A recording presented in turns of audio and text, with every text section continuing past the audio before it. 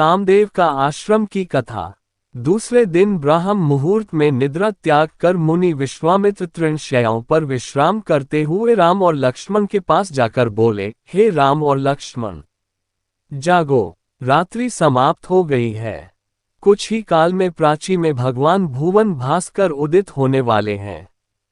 जिस प्रकार वे अंधकार का नाश कर समस्त दिशाओं में प्रकाश फैलाते हैं, उसी प्रकार तुम्हें भी अपने पराक्रम से राक्षसों का विनाश करना है।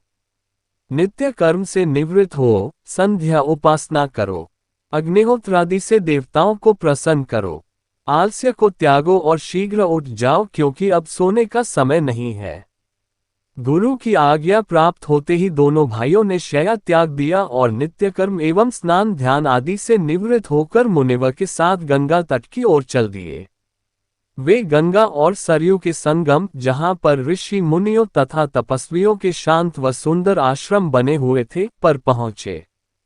एक अत्यधिक सुंदर आश्रम को देखकर रामचंद्र ने गुरु विश्वामित्र से पूछा, हे गुरुवर, ये परम रमणीक आश्रम किन महर्षि का निवास स्थान है?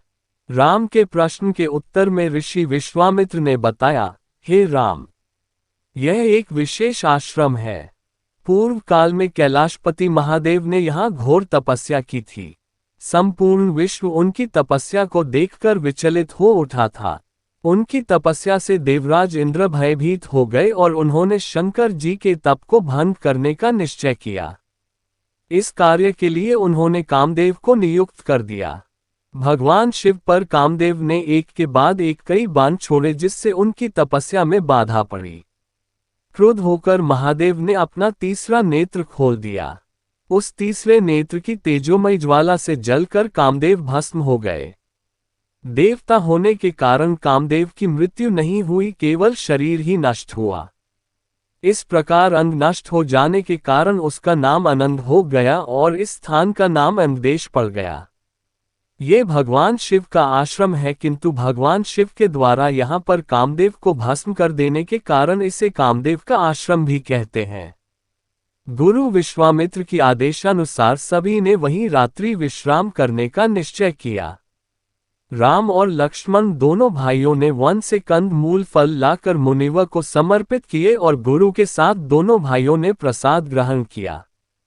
तत्पश्चात स्नान, संध्या, उपासना आदि से निवृत्त होकर राम और लक्ष्मण गुरु विश्वामित्र से अनेक प्रकार की कथाएं तथा धार्मिक प्रवचन सुनते रहे। अंत में गुरु की यथोचित सेवा करने के पश्चात आज्ञा पाकर वे परम पवित्र गायत्री मंत्र का जाप करते हुए तृण शैयाओं पर जा विश्राम करने लगे। इसी भगवान की वीडियो देखने के लिए सब्सक्राइब करें चैनल को और बेल आइकॉन दबाएं।